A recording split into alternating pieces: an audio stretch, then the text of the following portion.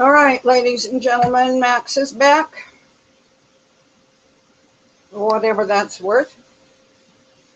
I'm going to begin today. Got to bitch a little bit here. Having my difficulties with social media. Um, I cannot seem to figure out or get a handle on how scene.life works. I don't know. I'm going to have to take lessons from somebody, I guess. I understand that that medium is similar but more secure than Facebook. I can't make heads or tails of it. Just a bedlam to me. So I don't know, where I'm going with that. I also, I just feel so illiterate sometimes. I don't know how the Google Hangout stuff works either. Yesterday, I did something and deleted myself or deleted others. I'm not sure what happened, but people had to come back in and do something and reconnect me to their circles. Forgive me. I don't know how all that works. It's almost too much for me. I have decided to go back on Skype. I do need to expand my reach, I think. I just received a very disturbing message on Skype. I almost canceled this broadcast because of my distress over it, but I do know it wasn't meant the way it sounded, and I don't know, sometimes, I keep thinking, this can't hurt any worse. I surely am through the worst of, I surely, this can't hurt any worse. But who knows, maybe it can, I don't know. Anyway, I will report to you that Dabu is doing live stream of the Democrat National Convention. I don't know that I'm even interested enough in that event to watch Dabu's live stream. I might later. I don't know. There's too much to keep track of all the goings on. I think I kind of want to get right back to what I was talking about and finish up this segment that I was trying to do about the Armenian genocide, which happened over 100 years ago. Oddly, it is so directly connected to events taking place today. Okay, on standby one, I am going to change screens. Going for a very brief moment, just to say in passing that I saw a headline from our dear old friend Fulford.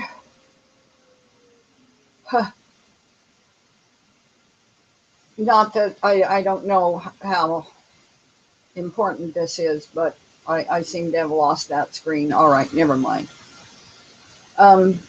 But Fulford's headline was, "That's a new world order. The game plan of the new world order," Fulford said,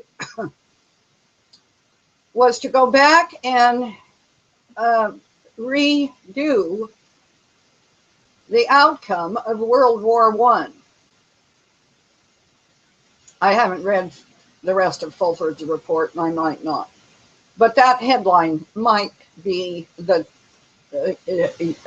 fact, and that might be true, because there are these ongoing, stunning connections between current events and what's thought to be transpiring in Turkey related to the administration in the American White House, related to the Islamic invasion. All these things somehow are related. And I am looking for insight in the piece that I brought to you yesterday. The Armenian genocide and my grandmother.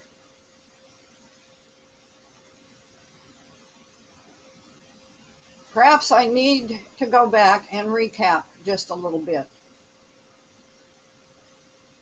of this piece that I want to finish up today.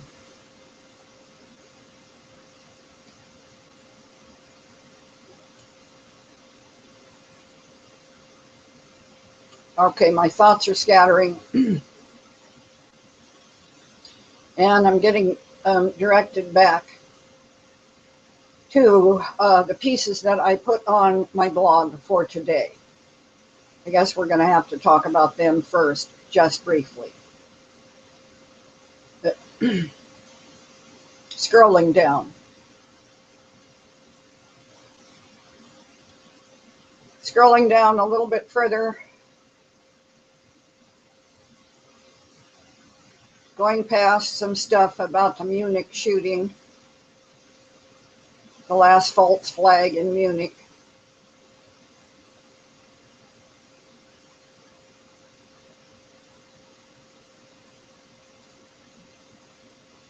And whatever that had to do with anything.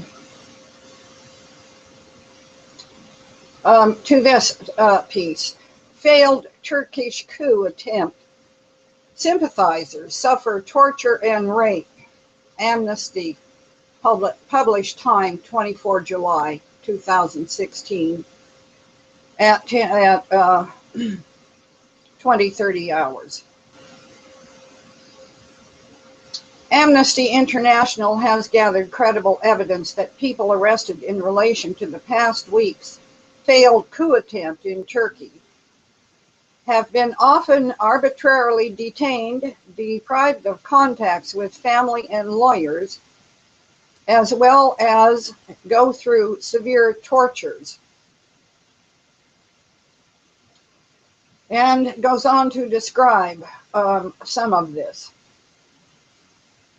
Amnesty also obtained extremely alarming accounts of torture and other ill treatment of detainees from their lawyers, doctors, and a person on duty in a detention facility. According to these reports, police held detainees in stress positions for up to 48 hours, denied them food, water, and medical treatment, verbally abused and threatened them, and subjected them to beatings and torture, including rape and sexual assault. Based on the information given by a person on duty at Ankara Police Headquarters Sports Hall to Amnesty, a detainee suffered severe wounds after apparently being beaten by police. He could not stand up or focus his eyes, and he eventually lost consciousness. Police refused to allow this detainee to receive basic medical treatment, and a police doctor reportedly said, "Let him die. We will say he came to us dead." According to the evidence obtained by Amnesty, 650 to 800 male soldiers were being held in the Ankara Police Headquarters Sports Hall. At least 300 of them had signs proving that they were beaten, with some of them even having broken bones. About 40 were unable to walk because of serious injuries sustained in custody. Amnesty also collected accounts of police officers saying that the detainees are being beaten so that they would talk. Many detainees are also handcuffed behind their backs with plastic zip ties and forced to kneel for hours and or are blindfolded. Read more. This goes on. I don't think we need to say more about this. Oh, perhaps a little bit. At the same time, Amnesty stressed that the worst treatment in detention was reserved for higher-ranking military officers. 2 lawyers in Ankara told the NGO they saw senior military officers in detention being raped with a truncheon or finger by police officers. Amnesty International interviewed more than 10 lawyers in Ankara and Istanbul who gave information about the conditions of their clients' confinement. The lawyers represented up to 18 detainees each. Most of their clients are soldiers, but there are also judges, prosecutors, police, and other civil servants among them. The interviewees also told the Human Rights Organization that based on what the detainees told them, police deprived them of food for up to 3 days and water for up to 2 days. Some detainees are also reportedly in extreme emotional distress and even attempt suicide. Reports of abuse include beatings and rape in detention are extremely alarming, especially given the scale of detentions that we have seen in the past week. The grim details that we have documented are just a snapshot of the abuses that might be happening in places of detention. Going on, it is absolutely imperative that the Turkish authorities halt these abhorrent practices and allow international monitors to visit all these detainees in the places they are being held, he added, stressing that failing to condemn ill treatment or torture in these circumstances is tantamount to condoning it.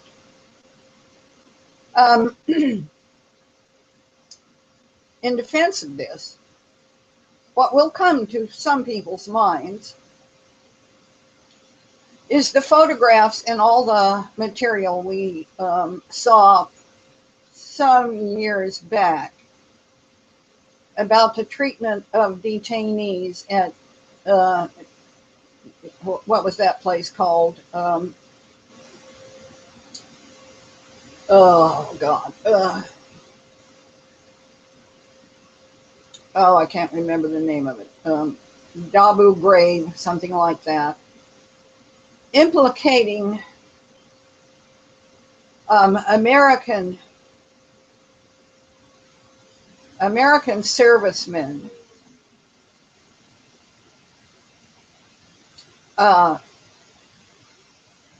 dishing out waterboarding and similar torture techniques under the guidance of Dick Cheney and George W. Bush, the shrub. And the defense will be offered that this conduct is just to be expected during, military wartime. I don't know that that is the case. I have personally known hundreds, maybe thousands of former United States servicemen.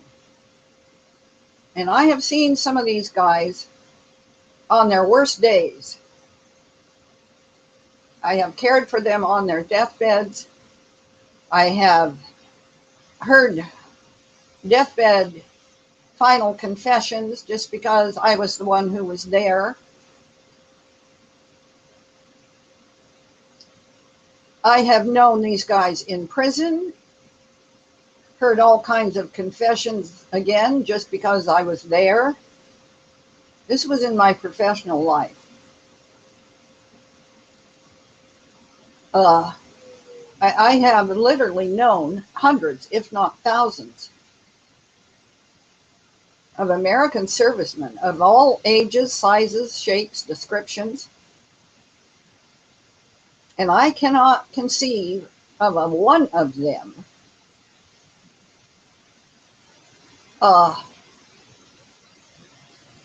taking part in such conduct.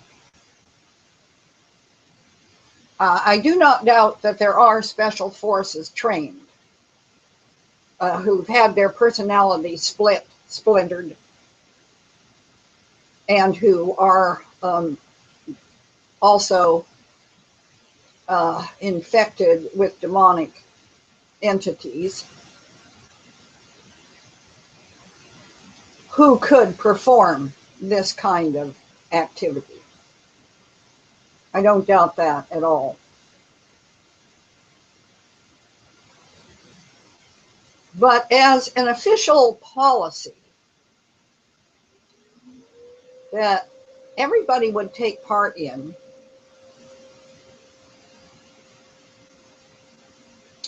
no.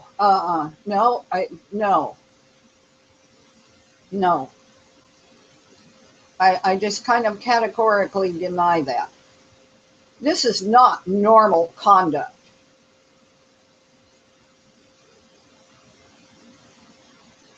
Of normal, sane, real military. I just don't accept that.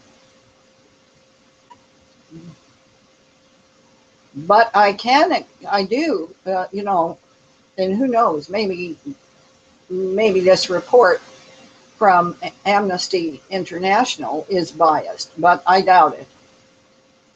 I think this is actually very minimally stated in every word, the fact and the truth.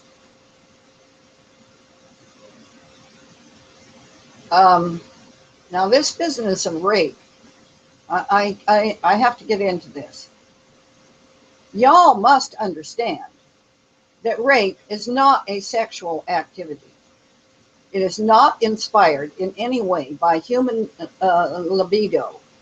This is not horny guys, or for that matter, I guess, horny women, although no normal woman could even conceive of such a thing. No, rape is not sex. It's not about sex. It has nothing to do with sex. It is the total and utter perversion of the divine sexual desire, which was granted by a loving creator to all people.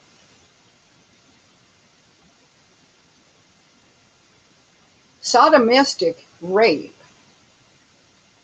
is the most vile of the vile, and it has nothing to do with sex. Not one thing to do with sex.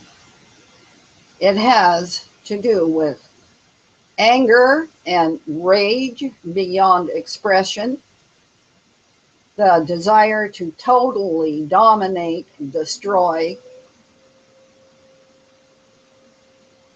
anyone else.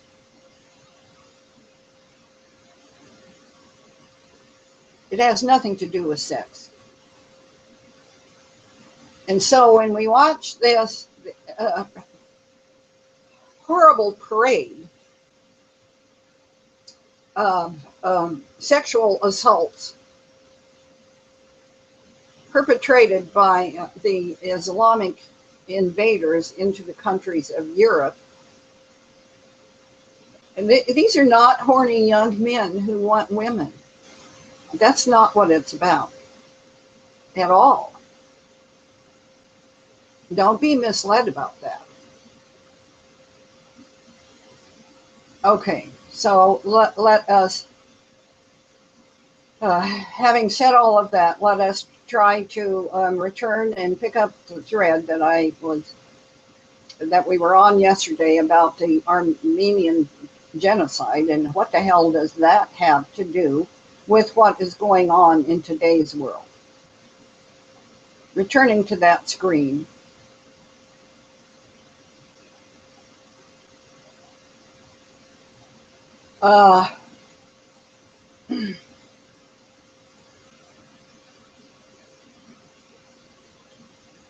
I'm going to go back over some of this.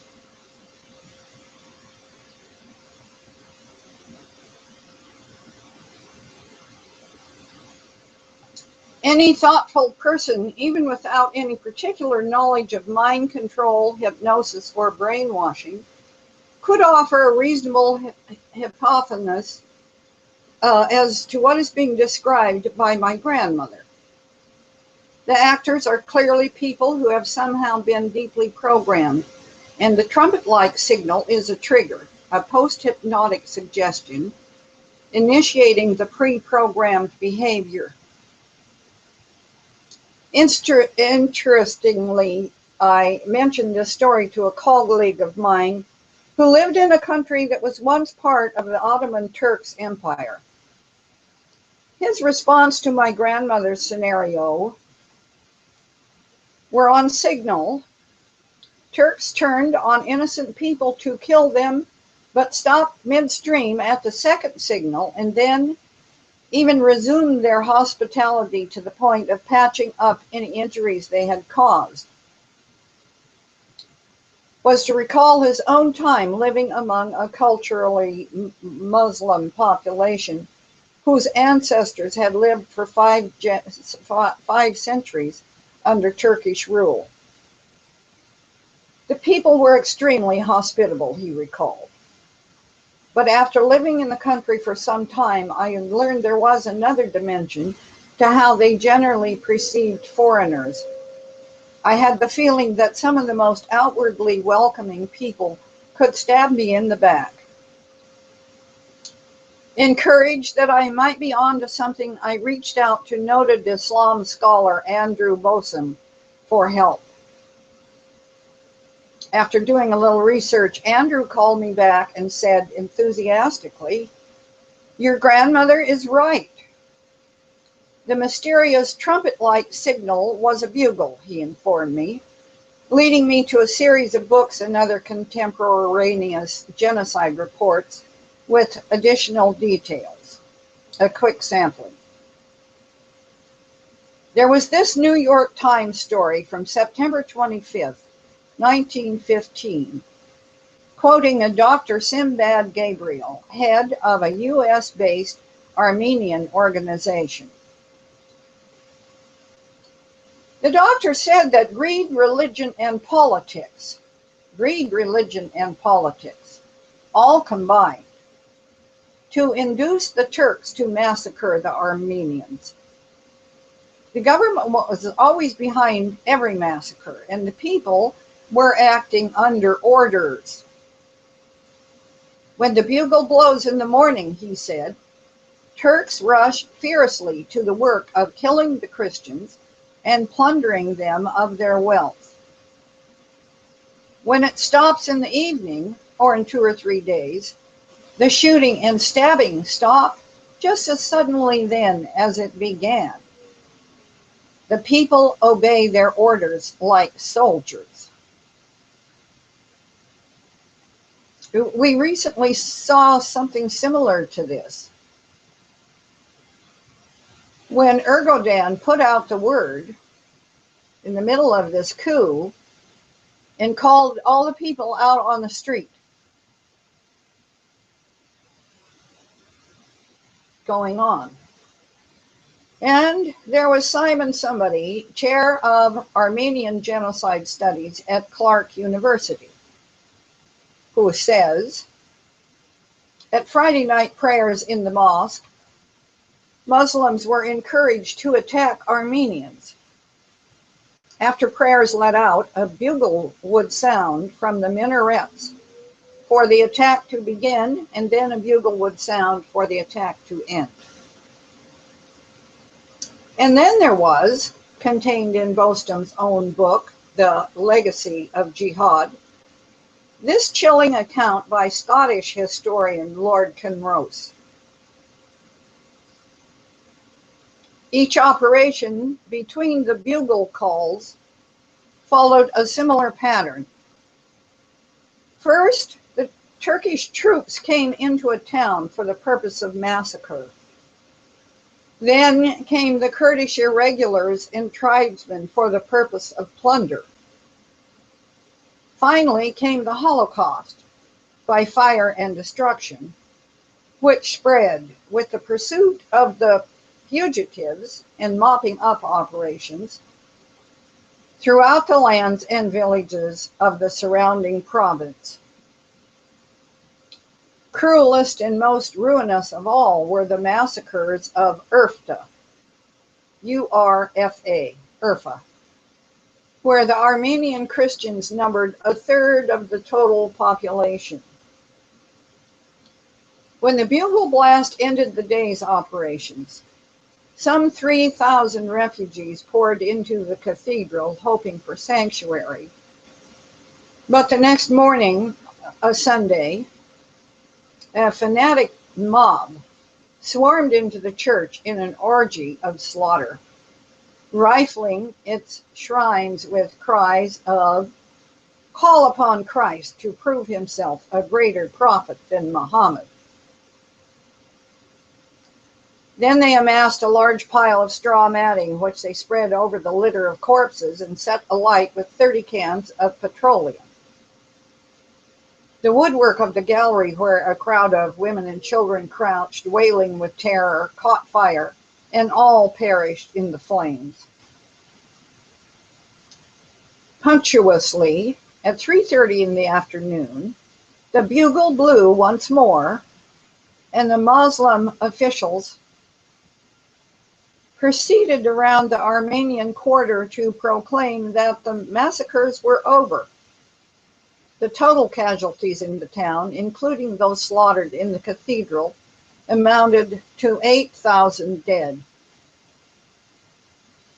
Superficially, one might conclude such narratives are depicting normal, albeit horribly brutal, military operations, where soldiers are coordinated in their advances and retreats by bugle calls. But there's much more going on here. I've read accounts, Andrew assured me, of a call to arms where Muslims would show up at residences. People who lived with neighbors for a decade or more and engaged in indiscriminate slaughter.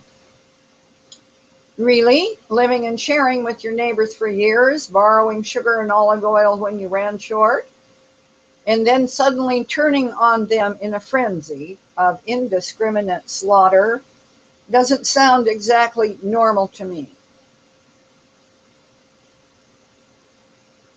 Now let's freeze frame this whole bugle massacre business for a minute and shift our focus to another bizarre but disturbingly common phenomenon in today's Arab Muslim world, so-called honor killings. I'm going to skip this honor killing part. We did that yesterday. We are now observing ISIS, Islamic State, using virtually the same techniques to recruit and condition young children to become murderous jihadists. Similar technique is common in gang initiations all over America. To join, you must commit a crime, slash a stranger in the face with a knife, even commit murder, before you can become a member, which assures both legally and psychologically that there's almost no way out for you. I have been told personally and shown this that among several of the gangs who are currently operating in the part of California where I lived, that the families of gang members who have done the initiation of murdering a family member get tattoos on their forehead of teardrops, a ring of teardrops on their forehead, identifying themselves as family members of a gang member who has done the initiation of killing one of his family members.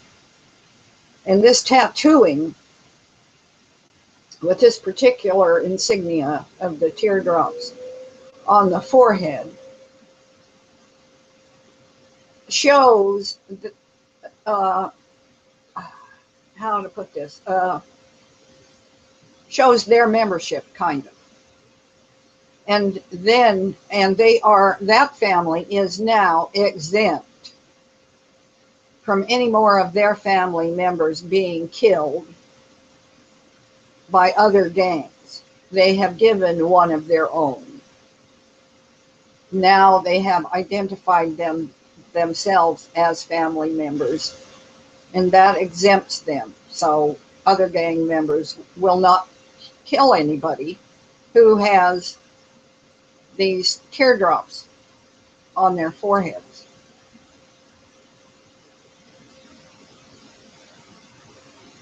Going on. It's doubtful many gang leaders, African warlords, or ISIS recruiters have taken a course about hypnosis, brainwashing, or Pavlovian conditioning. Yet the dark knowledge of controlling and programming others is something human predators always figure out and exploit. What about the recent ISIS conversions from the West? These were stories fronted by, I don't know who all, onto the internet about American young men and women leaving the United States to go to Syria and go to these other places to join the ISIS forces. I think that was misdirection, basically. Some of that may have happened, but actually what was really taking place was the importation into the United States of ISIS members. It was a misdirection, so those who were looking would look in the wrong direction going on. ISIS is the biggest, baddest gang in the world. And gangs appeal strongly to extremely angry, rebellious, and often fatherless children.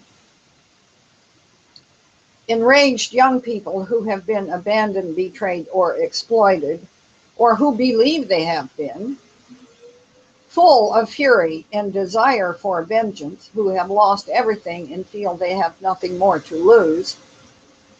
Such as these are easy prey for recruitment pitches promising fulfillment, identity, family, adventure, glory, and revenge. In the case of ISIS, in addition to all the standard benefits of gang membership, recruits are also assured they are the chosen of God, superior to all other people in the world, except, of course, fellow Muslim brothers and sisters.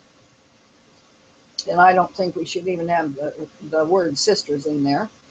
and are going to help establish a glorious Islamic paradise here on earth. Plus, they get to slaughter all the vile infidels who get in their way. And here's this line that I questioned yesterday. And the males are promised lots of hot women, both now and in the next life. I think that, see, this has been widely publicized. The 72 virgins. This has been widely publicized, and that is practically the only, it may be one of the few things that Americans have heard about the death cult, the Islam death cult, is that these men have been promised 72 virgins in the next life. The males are promised lots of hot women both now and in the next life. That's the deal on that. When in reality,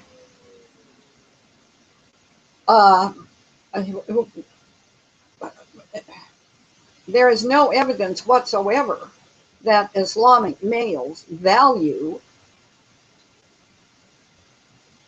hot women or any other kind of women.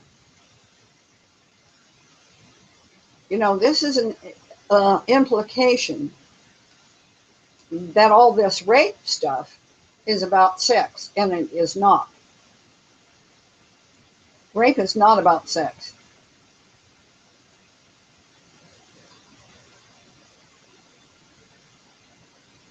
You see, whether it's ISIS, Al-Qaeda, Boko Haram, the Al-Nusra Front, or any other modern-day jihadists or their Turkish predecessors in the Ottoman Caliphate a century ago, whether, for that matter, it's the Christian-hating automatons of North Korea or in other communist nations throughout the world, when it comes to those who persecute Christians, we are looking at people firmly in the grip of exceedingly dark forces. Exceedingly dark forces. Can you say demonic forces?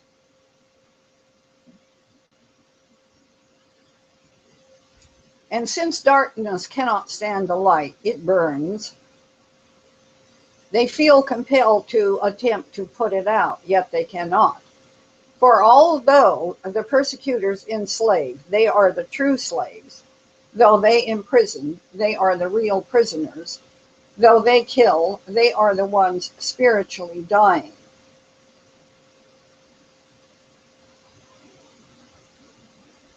So now the whole world is commemorating the 100th anniversary of the Turkish genocide of the Armenians.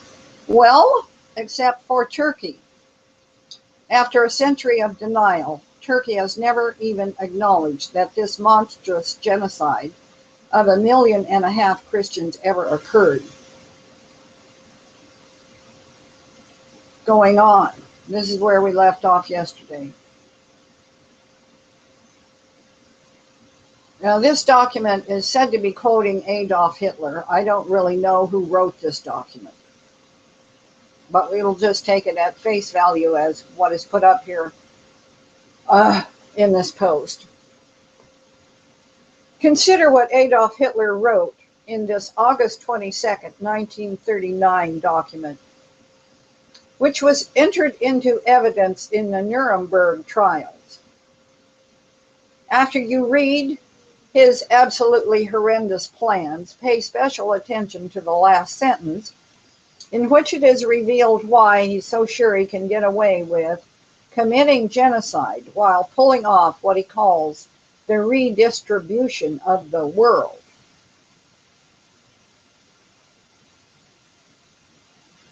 Segue for a minute.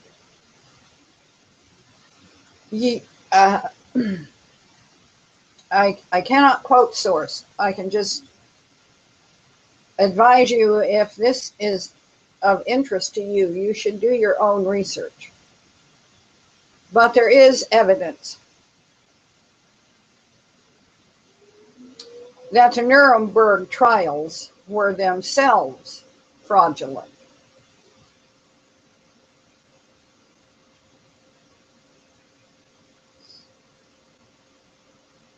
My decision to attack Poland was arrived at last spring. Originally, I feared that the political constellation would compel me to strike simultaneously at England, Russia, France, and Poland. Even this risk would have had to be taken ever since the autumn of 1938. And because I realized that Japan would not join us unconditionally, and that Mussolini is threatened by that nitwit of a king and the treasonable scoundrel of a crown prince, I decided to go with Stalin. In the last analysis, there are only three great statesmen in the world: Stalin, I, and Mussolini. Mussolini is the weakest, for he has been unable to break the power of either the crown or the church. Stalin and I are the only ones who envisioned the future and nothing but the future. Accordingly, I shall in a few weeks stretch out my hand to Stalin at the common German-Russian frontier and undertake the redistribution of the world with him. Our strength consists in our speed and in our brutality. Genghis Khan led millions of women and children to slaughter with premeditation and a happy heart. History sees him in him solely the founder of a state. It's a matter of indifference to me what a weak Western European civilization will say about me. I have issued the command, and I'll have anybody who utters but one word of criticism executed by a firing squad, that our war aim does not consist in reaching certain lines, but in the physical destruction of the enemy. Accordingly, I have placed my death head formations in readiness for the present only in the East, with orders to them to send to death mercilessly and without compassion men, women, and children of Polish derivation and language. Only thus shall we gain the living space which we need. Who, after all, speaks today of the annihilation of the Armenians? Ladies and gentlemen, there is much evidence that the Zionist Jews, New World Orderers, as we might know them today, affiliated with the Luciferians and Satanists in the high halls of power, actually used the annihilation of the Armenians as the blueprint construct of all the stories they later told and concocted, put together, about the Jewish Holocaust of the 6 million, you know.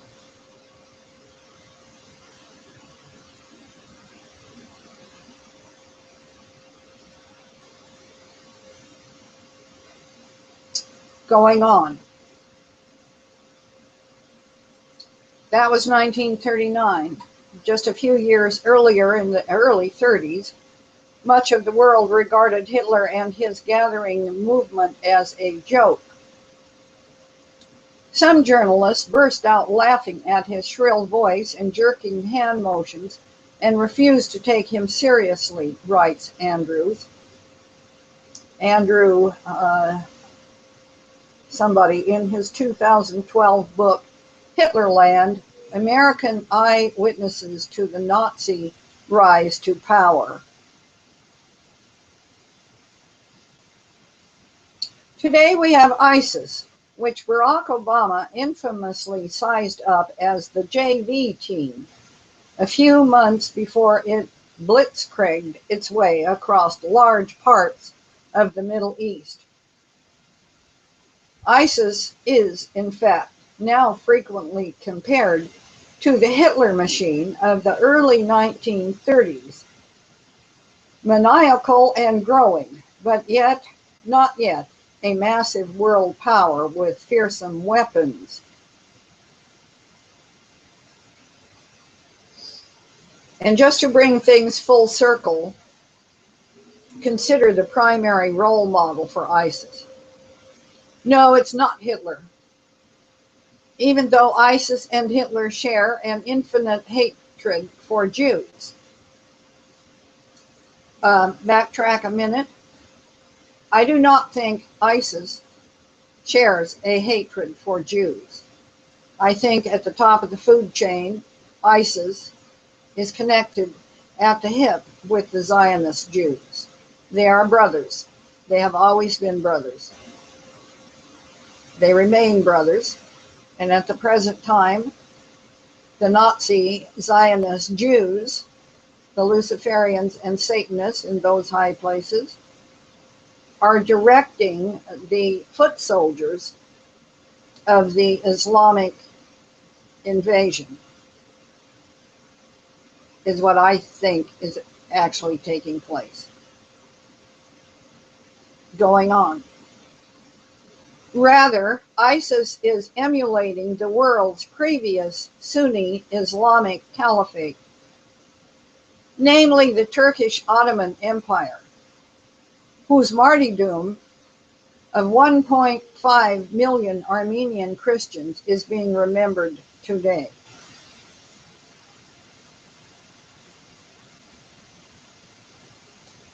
We had forgotten theology and the Bible.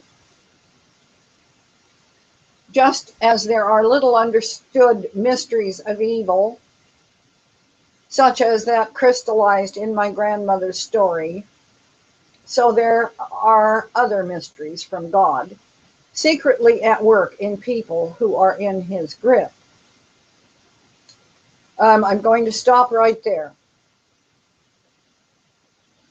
and scroll back up in this because I missed some points that I want to bring out.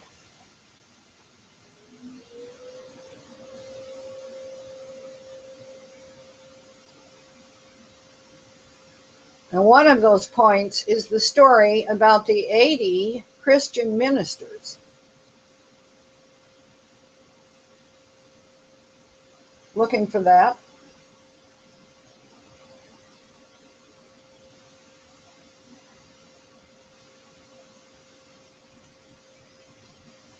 The author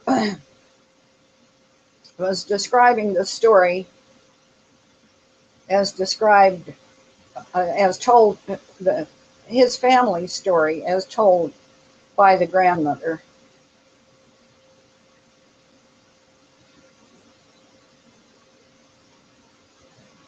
In 1909, my great-grandfather, a Protestant minister named Stilanio somebody or other, was traveling to the major Turkish city of Adana to attend a pastor's conference. Today, Incirlik Air Base, used by the United States Air Force, is 5 miles east of Adana. But then, in 1909, under the Ottoman Caliph Abdul Hamid II, ethnic cleansing was the order of the day. Here's how my maternal grandmother, Anna, daughter of Stilanios, told the story. Some of the Turkish officers came to the conference room and told all these ministers. There were 70 of them, ministers and laymen and a few wives. If you embrace the Islamic religion, you will all be saved. If you don't, you will all be killed. My great-grandfather, acting as a spokesman for the ministers' group, asked the Turks for 15 minutes so that they could make their decision, according to my grandmother's account. During that time, the ministers and their companions talked, read the Bible to each other, and prayed. In the end, none of them would renounce their Christian faith and convert to Islam. And then Grandmother Anna recalled, they were all killed. They were not even buried. They were all thrown down the ravine. What the hell was going on there? What was going on there?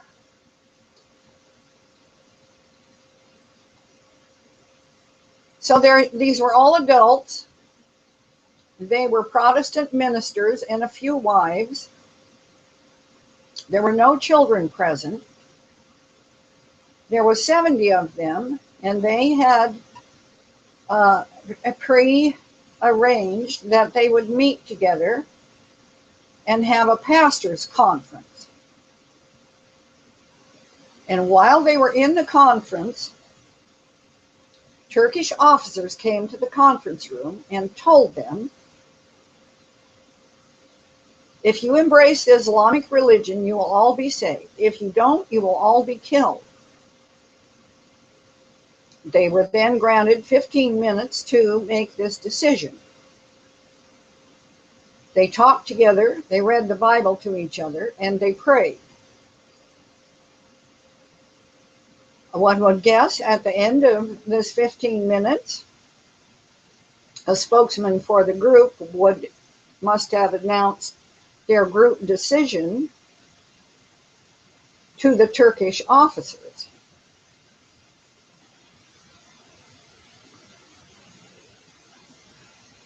I'm trying to picture in my mind this man, I would presume it was a man of the minister's group, who stepped forward and calmly, I would imagine, said to the Turkish officers, we have decided we will not renounce our Christian faith. We won't convert to Islam. And then, Grandmother says, they were all killed.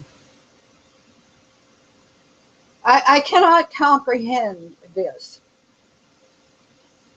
There must have been some phenomenon in place, some learned helplessness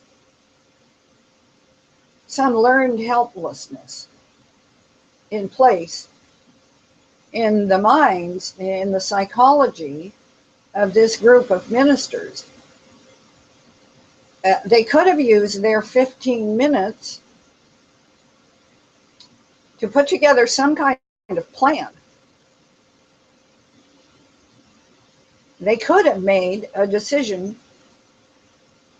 to fight back. They had nothing to lose, apparently, by making such a decision to fight back. They must have understood that, well, they were told, if you don't convert, you will all be killed. So what the hell were they doing?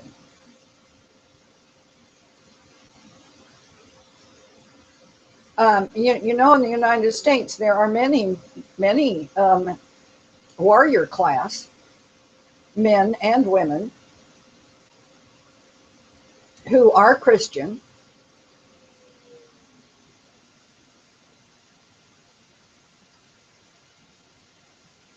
and I think they would fight back. I just cannot imagine 70 people. What did they do? Just stand there and let themselves be hacked to death? There was some mechanism in place that caused learned helplessness. We need to know, or I need to know, maybe nobody else cares, but I would need to know what that mechanism was. That, uh, and what was the other mechanism? It's the same mechanism. So what is it? Uh, People who lived next door to one another and went through this strange bugle blowing. And once the second bugle blew and the slaughter stopped, then what? How did they spin around and pick up what they were doing before they were so rudely interrupted? How did you go on living any kind of normalcy when at any moment, any given time, you wouldn't ever know when, this damn bugle would blow?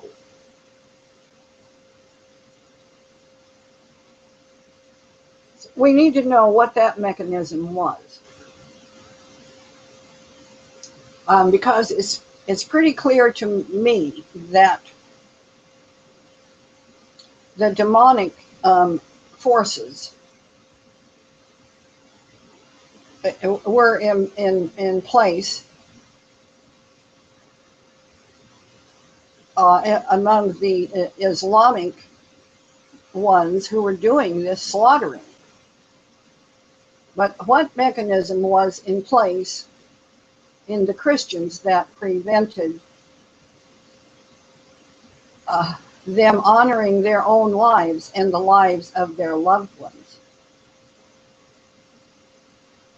I don't know. Okay, going on.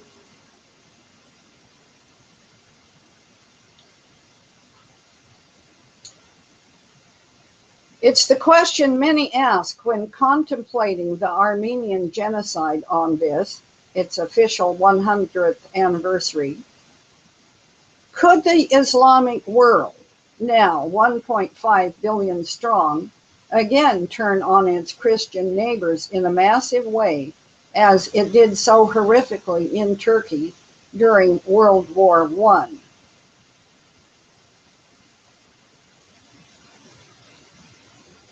And this, I believe, is the central question of our day today. I do not think that there is any issue other than this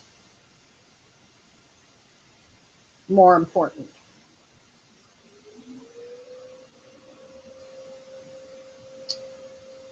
The only reason we are told that we know any details of this particular massacre of this ministers group is that one victim survived the ordeal. One man woke up. He wasn't dead, my grandmother said. He woke up and got up and said, Brethren, is there anybody alive here? I'm alive. Come on, let's go out together. Ultimately, by the grace of God, this story says, both sides of my family made it to the promised land, America. And eventually my father met and married my mother, and that's how my brother, sister, and I were blessed to come on the scene.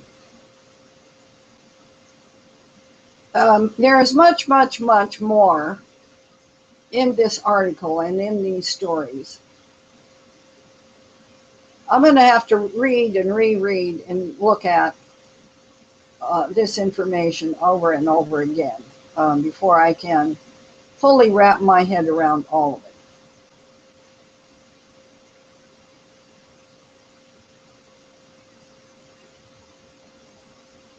Okay.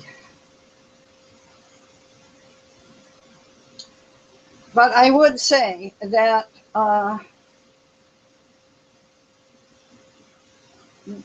a repeat, some kind of repeat,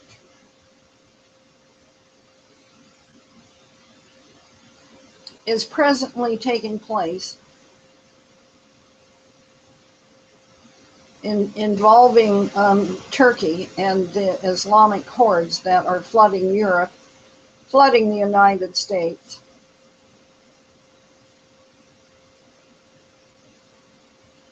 All right, unraveling here. So it's about 4 o'clock in the afternoon.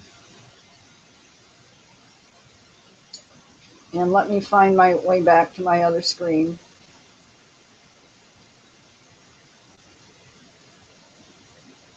Thank you. I do want to extend a special thank you to my new readers. There are a lot of new readers. There are now more readers on my blog from Russia than from the rest of the whole world, all put together. I don't really know what that means, but that's what the stats show me. So welcome to all my new readers, and thank you so very much. And a special welcome to my subscribers who are somehow willing to give me a boost here and put up with. I'm just not good at this, but I'm not called to be good at it. I'm called to do the best I can at it, and to be tough enough to, having done all, to stand in the breach. We are in the last days of something. Hopefully it will be the last days of the Obama administration with some kind of other, we cannot say what that future is going to look like, but one thing we cannot do is acquiesce to it and give up to it. No, this is the time in history, if there ever was a time, that all the truth seekers must come forward. We must get at the real truth of what the hell is going on here. We must identify who the enemy among us is. It is the demonic beings, entities, which have embedded themselves in human bodies. We have to be strong enough to call a spade, tell it like it is,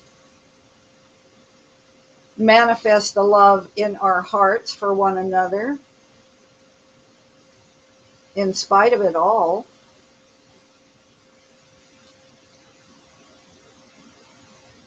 And we have to review and look at in a different way.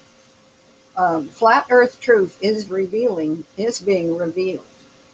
And different.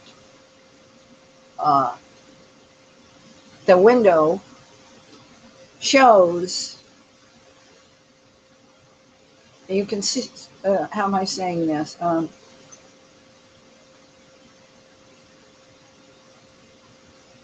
The old truths, the old things that we have endorsed as truth can no longer be seen as truth. So what we are looking at now is something different, and we must have the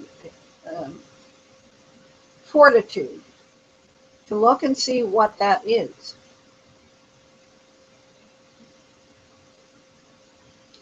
Okay, more later. I'm mumbling.